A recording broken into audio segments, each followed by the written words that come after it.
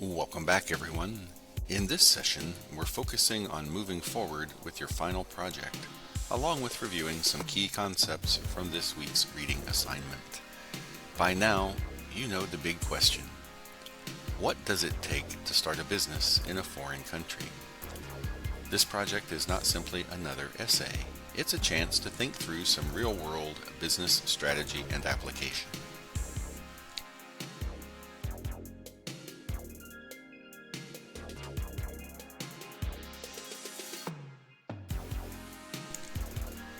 At this point in the course, the final project is just a little over a week away. You should already be well underway with your research and drafting the details for your project. Keep building on your research this week and begin blending it into all of the details someone might need if they were going to use your work to generate a full-blown business plan. Be sure your project covers every part of the grading rubric so nothing gets overlooked. Staying organized now will make your final submission much smoother and a whole lot less stressful.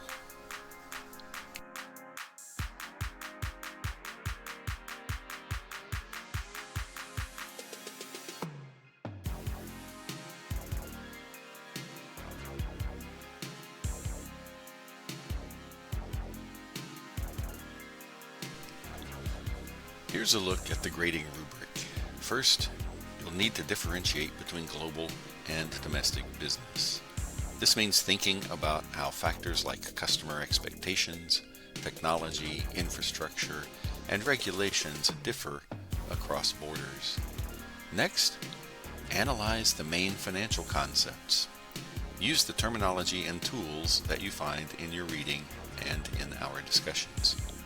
Then evaluate your resolutions and conclusions. That's where you back up recommendations with solid data or descriptive examples. Finally, be sure your paper reflects professional writing methods, correct grammar, clear presentation, and as always, APA references and in-text citations.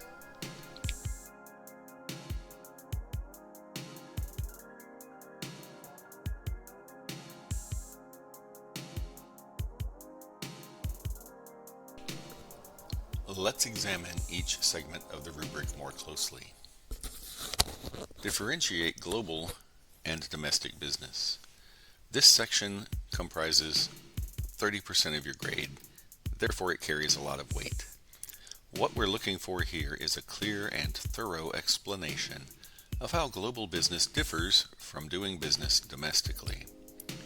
For example, when a company operates internationally, it faces different customer expectations, different levels of technology, different infrastructure, and perhaps even a different set of regulatory systems. Those are just a few of the extra dimensions that you will need to account for. Don't simply list them. Explain how and why each one matters. Think about things like supply chains, currency risk, and cultural differences, and show how they affect business decisions.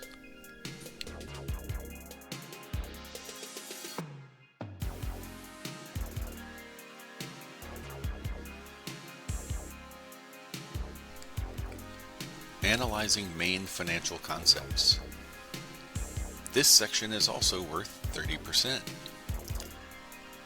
Here you need to be applying the financial terminology and techniques that we've covered throughout the course. Use concepts from your readings, assignments, and discussions.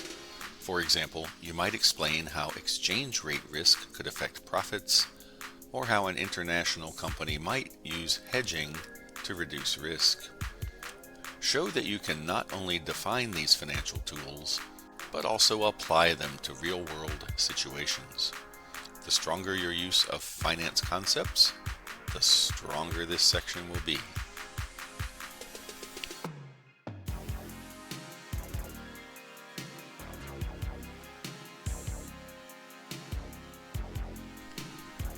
Evaluate resolutions and conclusions.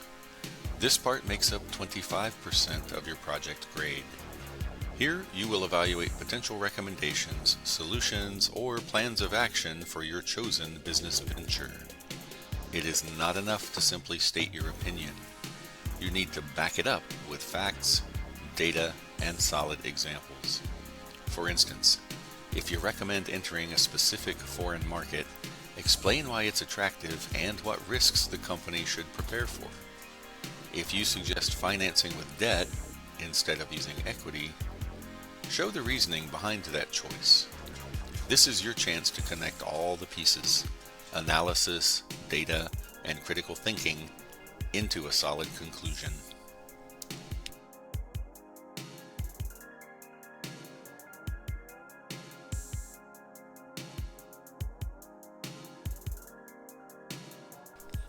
Grammar, spelling, and punctuation.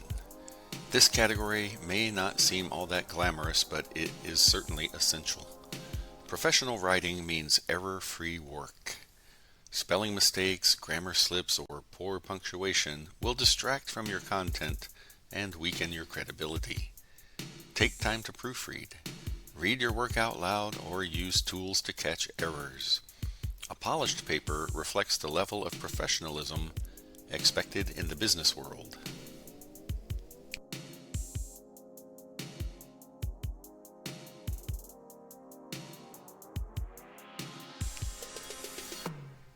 Presentation accounts for 5% of your project grade. This means your project should be clear, logical, and easy to follow. Organize your paper so that each section flows naturally into the next. Be concise, but provide enough detail for clarity. Paraphrase and synthesize ideas from your sources instead of copying them word for word. In fact, never copy them word for word. That, my friends, is called plagiarism. A well-structured professional paper shows that you can communicate complex ideas effectively. If you want to also create a short PowerPoint slide deck or something similar that summarizes your project, feel free to include this. It is not absolutely required, however.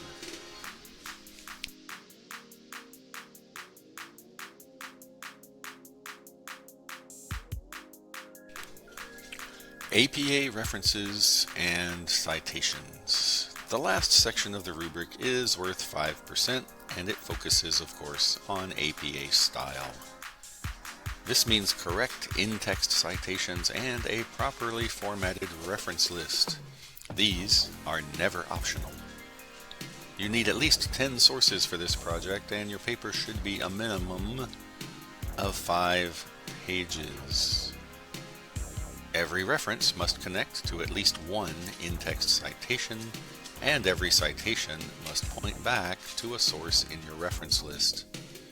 Think of this as the academic integrity part of your work. Good APA style strengthens your credibility and ensures your work meets professional standards.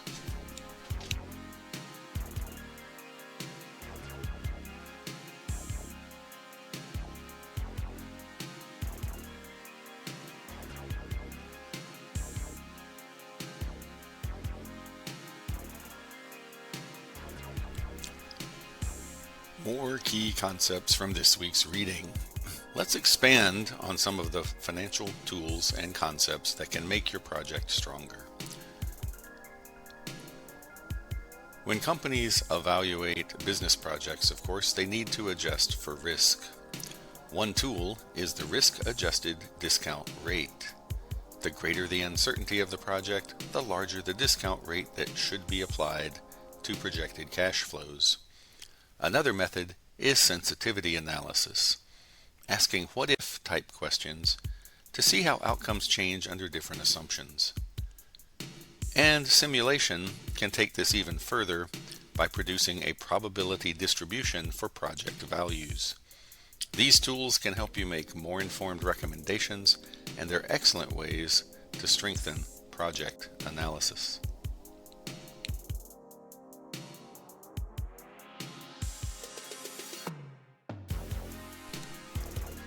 Now it's time for our first live chat challenge. Kimco Incorporated, a fictitious U.S. company, is considering building a subsidiary in St. Lucia. This investment will require 80 million East Caribbean dollars. If the spot rate is 37 cents US per East Caribbean dollar, how much is that in US dollars? Take a moment and perhaps a calculator to think about it.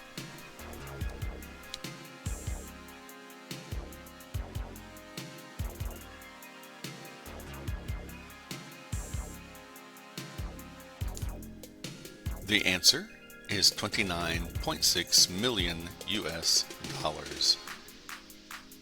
It's a matter of simply multiplying 80 million by 0.37.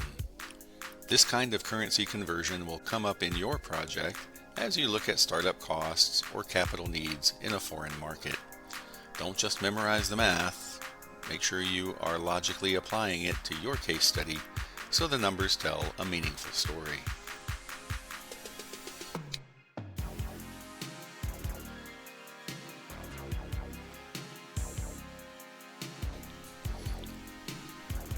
Let's move on to components of capital. Multinational corporations need funding to expand, and they have several options. Internally, they can use retained earnings by reinvesting profits from subsidiaries to support operations or launch new ventures.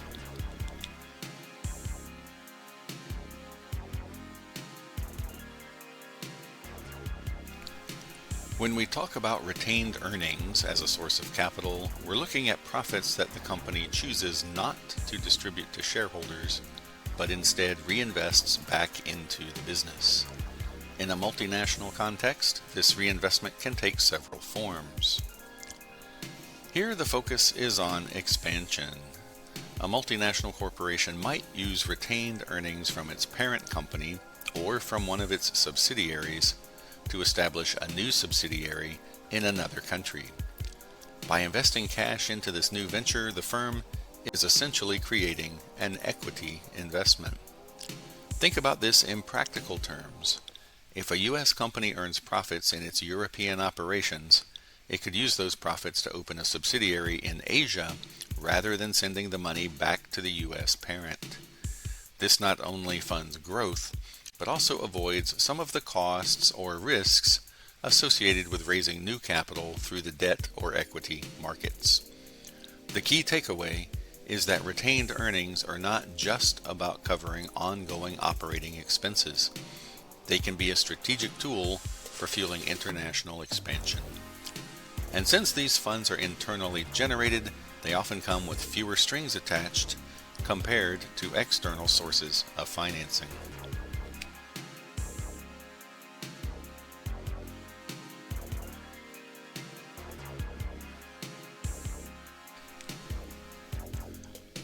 Sources of debt financing.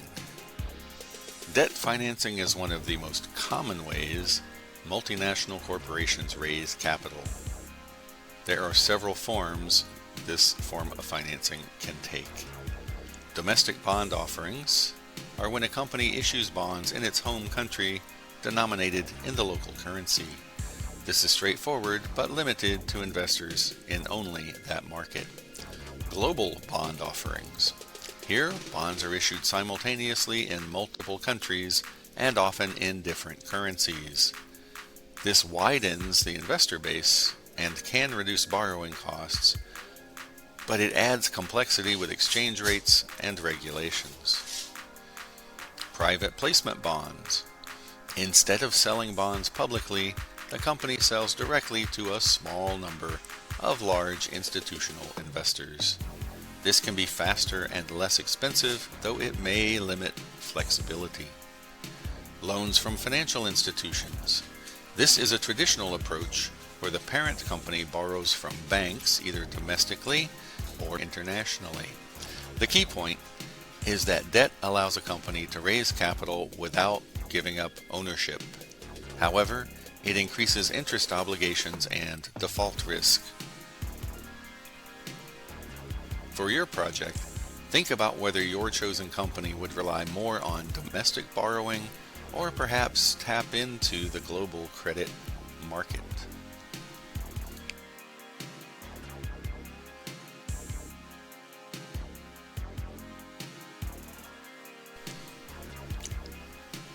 Let's also consider sources of equity capital.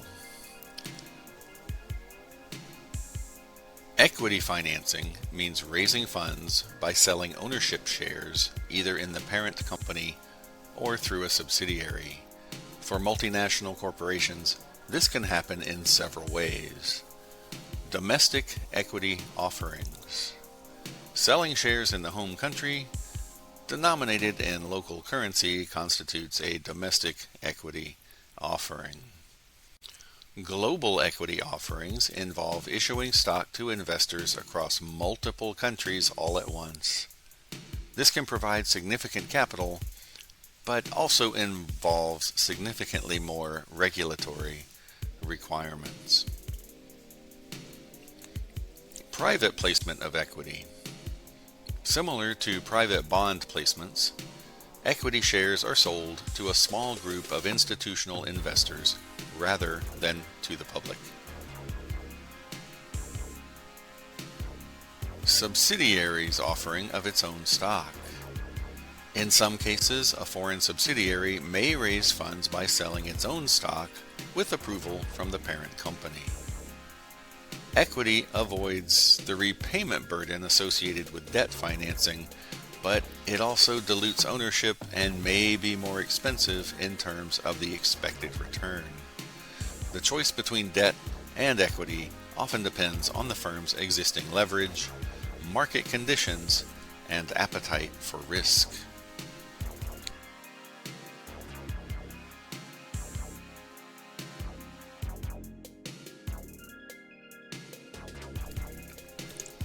Now let's explore the cost of capital from a multinational perspective. The weighted average cost of capital, WACC, sometimes simply pronounced WACC, balances the cost of debt with the cost of equity. Debt has the advantage of tax-deductible interest, but too much debt raises the risk of bankruptcy. As debt levels rise, investors will demand higher and higher returns to compensate. Equity is less risky for the firm, but it typically costs more than debt financing.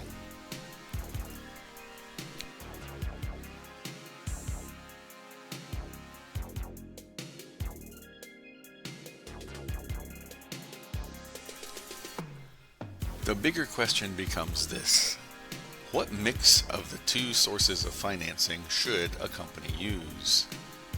This is where the idea of capital structure comes into play. Each firm must balance the benefits of debt, such as tax deductibility, against the risks of over-leverage. Equity brings in fresh funds without creating repayment obligations, but it comes at the cost of giving up partial ownership of the firm.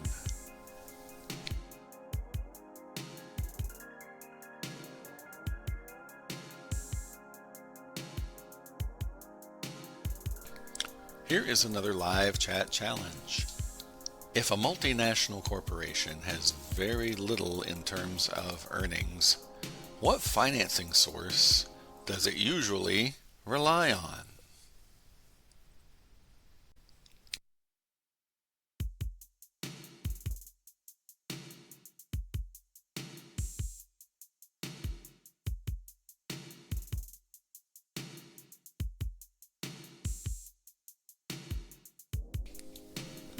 Although retained earnings would be the most efficient choice, there must first be sufficient earnings to retain.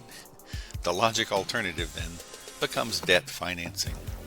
Equity is typically harder to access for firms with limited profits, and this reflects the practical constraints that small or early stage firms often face.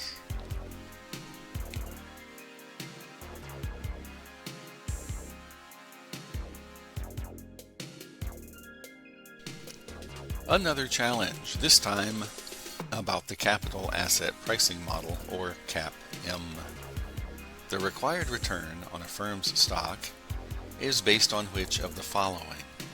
Is it A, the risk-free rate of return, B, the market rate of return, C, the stock's beta, D, all of these?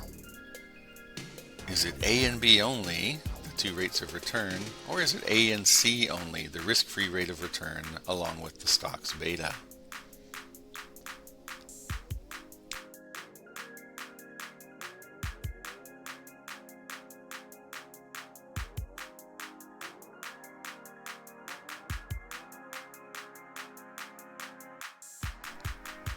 The required return on stock is based on three things: the risk-free rate, option A, the market return, option B, and the stock's beta, option C. Therefore, all three play a role in shaping investor expectations. When you're thinking about international investment, keep in mind that investors are constantly weighing these factors to decide whether a company's stock is worth buying.